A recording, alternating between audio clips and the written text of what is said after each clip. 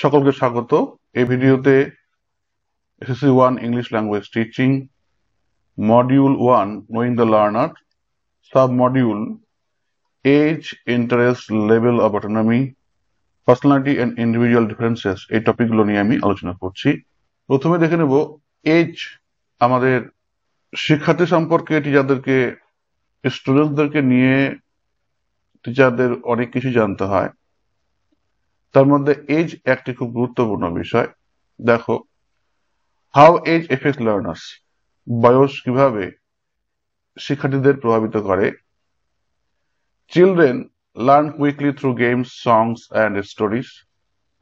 They are good at copying sounds but find grammar difficult. যদি আমরা primary লেভেলের কোনো বাচ্চাকে দেখি, তাহলে দেখতে পাবো তারা খেলতে বা খেলার মধ্য দিয়ে পড়াশোনা করতে, কবিতা আবৃত্তি করতে, এইসব করতে ভালোবাসে। কিন্তু যখনই ওদেরকে গ্রামার দেওয়া হবে বা ডিফিকাল্ট কোনো অঙ্ক দেওয়া হবে, তখন তারা কিন্তু খুব কঠিন বোধ করে। Teenagers understand grammar better but can feel shy and embrace in class. বহু টিনেজার্স রয়েছে, আমরাও ক্লাসে অনেক সময় নিজে থেকে কোনো সমস্যা হলে বলতে দ্বিধাবোধ করতাম। Adults learn with focus, understand complex ideas, but they might take more time to learn new things. যারা বড় হয়ে গেছে বা আমরা বড় হয়েছি, তারা কিন্তু নতুন কিছু শিখতে বেশ সময় লাগবে বা দেরি হতে পারে। অনেকের ক্ষেত্রে তো আর শেখা হয়ে ওঠে না, তবে তারা যে কোনো জটিল ধারণাকে বুঝতে পারে এবং জটিল ধারণার সমাধান করতে পারে।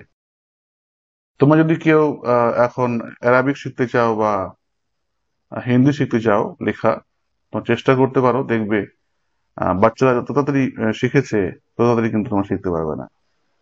তারপরে আসছে ইন্টারেস্ট। অবশ্যই যে কোনো কিছুর পিছনে একটা ইন্টারেস্ট কাজ করবেই। অবশ্যই ইন্টারেস্ট খুব গুরুত্বপূর্ণ বিষয় আমাদের জীবনে, প্রত্যেকের জীবনে গুরুত্বপূর্ণ। ইন্টারেস্ট ছাড়া আমরা কোনো কাজ করার আগ্রহ প্রকাশ করি না। দেখো, learners enjoy lessons more when they match their interest. শিক্ষার্থীরা তাদের পড়াশোনার সঙ্গে অনেক বেশি আগ্রহ দেখাবে বা উপভোগ করবে যখন তাদের আগ্রহের সঙ্গে সেটা খাপ খাবে। Children like fun activities, stories and games. অবশ্যই শিশুরা বিভিন্ন ধরনের মজাদার কার্যক্রম বা কার্যাবলী, গল্প এবং খেলা পছন্দ করে। Teenagers prefer topics about hobbies, music, current Trends. অবশ্যই টিনেজাররা সবসময় কারেন্ট ট্রেন্ডস নিয়ে থাকে। হবিস সেরকম আমি বলবো না, তবে অনেকেই আছে যারা হবিস নিয়ে থাকতে ভালোবাসে। গান কেউ করতে পারুক না পারুক, অন্তপক্ষে গান শুনতে ভালোবাসে টিনেজার্সরা। Adults enjoy practical lessons such as learning English or work or travel. অবশ্যই যারা বড় তারা খেলা পছন্দ করবে না, তারা প্র্যাকটিক্যাল লেসন্স পছন্দ করবে, যার একটা বাস্তবিক গুরুত্ব রয়েছে। তারপরে লেভেল অফ অটোনমি। এই অটোনমি বিষয়টা খুবই গুরুত্বপূর্ণ আমাদের জীবনে, যাকে বলা হয় ব্যক্তি স্বাধীনতা। ব্যক্তি স্বাধীনতার স্তর সবার সমান হয় না।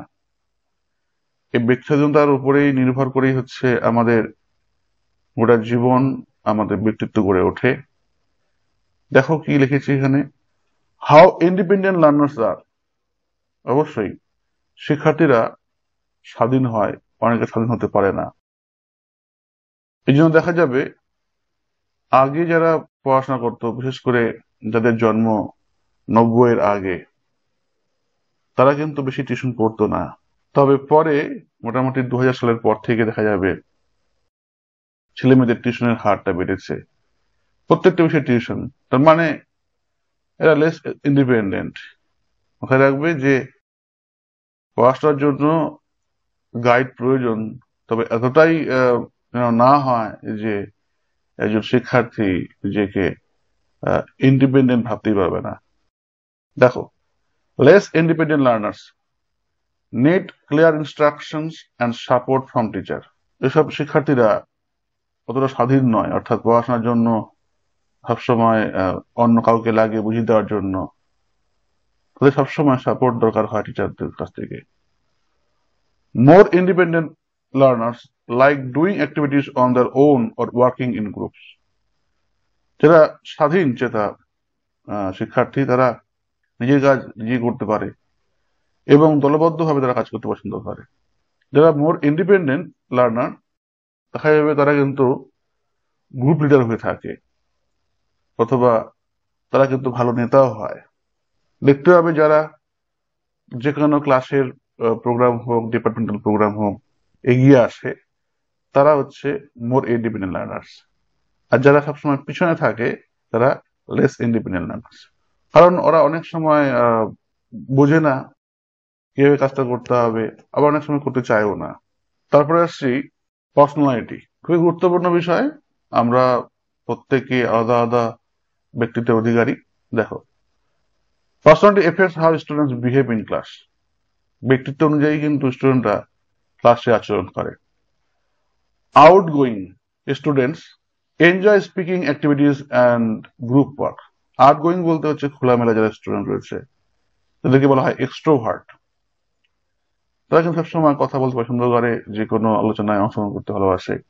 শাই স্টুডেন্টস যারা কিছুটা লজ্জিত বোধ করে, আর একটা ভাষায় বলা যায় ইন্ট্রোভার্ট, যারা কম কথাবার্তা বলে।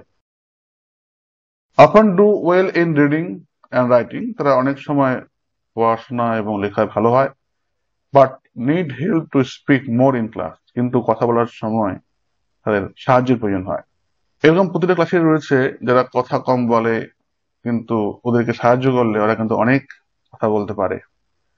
বহু স্টুডেন্ট রয়েছে আমি দেখেছি ক্লাসে, ওদেরকে জোর করে কথা বলাই, আজকে ওরা এত কথা বলে যে আমাকে মানে বিরক্ত করে। তবে তাদের কথা বলা দেখে সত্যি খুব ভালো লাগে। এরপরে ইন্ডিভিজুয়াল ডিফারেন্সেস, ব্যক্তি পার্থক্য। দেখো, প্রত্যেকটা ব্যক্তির আলাদা আলাদা কৌশল রয়েছে। তো ব্যক্তি পার্থক্য কিভাবে হয়, বা কিভাবে করতে হয়, বা কিভাবে করা হয়, এখানে তিনখানা আমি ক্রাইটেরিয়া দিয়েছি, এছাড়াও আরো অনেক রয়েছে, তবে তিনটা খুব গুরুত্বপূর্ণ। দেখো, ইচ স্টুডেন্ট ইজ ইউনিক। প্রত্যেক শিক্ষার্থী চমৎকার বা অনন্য। সত্যি আমরা প্রত্যেকে অনন্য, আমরা প্রত্যেকে আলাদা। কিভাবে আলাদা? দেখো, learning speed, some learn quickly, others take more time. অবশ্যই আমি এটা বিশ্বাস করি, সবার ব্রেন একই রকম হলেও সবার ব্রেনের স্পিড সমান নাও হতে পারে। Learning styles, some prefer seeing pictures, others like listening or open activities. পড়াশোনার ক্ষেত্রেও অনেকে ছবি ভরা বই পছন্দ করে, বিশেষ করে বাচ্চারা দেখবে, এবং কালার পিকচার একটু পছন্দ করে। অনেকে শুনতে ভালোবাসে, অনেকে খোলাখুলি বা খোলামেলা অ্যাক্টিভিটিস এর মাধ্যমে পড়াশোনা করতে ভালোবাসে। Cultural background, this can change how learners use and think about English. অবশ্যই সাংস্কৃতিক একটা পটভূমি রয়েছে। সাংস্কৃতিক পটভূমি অনুযায়ী কিন্তু একজন শিক্ষার্থী কিভাবে পড়াশোনা করবে, বিশেষ করে ইংরেজি সে কিভাবে শিখবে, এটা কিন্তু নির্ভর করে। এমন হয় বেশিরভাগ ক্ষেত্রে ক্লাসের সময় তো ইংরেজিতে ক্লাস করা হয়, বা ইংরেজি কথা কিভাবে বলতে হয় শেখানো হয়, কিন্তু শিক্ষার্থীরা বাড়িতে গেলেই সেগুলো ভুলে যায়, কারণ সেগুলো প্র্যাকটিস করার কোনো জায়গা থাকে না, কারণ সেখানকার কালচারাল যে ব্যাকগ্রাউন্ড রয়েছে সেটা সাপোর্ট দেয় না। এর ফলে স্টুডেন্টরা শিখতে পারে না। আজকে এখানে শেষ করছি। প্রত্যেকে ভালো থেকো, ভালোভাবে পড়াশোনা করো।